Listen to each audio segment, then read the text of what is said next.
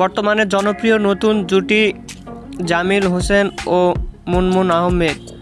দিন দিন বাংলা নাটকের জনপ্রিয়তা বেড়েই চলেছে। সেই ধারাবাহিকতায় আবারও নতুন নাটক নিয়ে হাজির হয়েছেন জনপ্রিয় এই জুটি।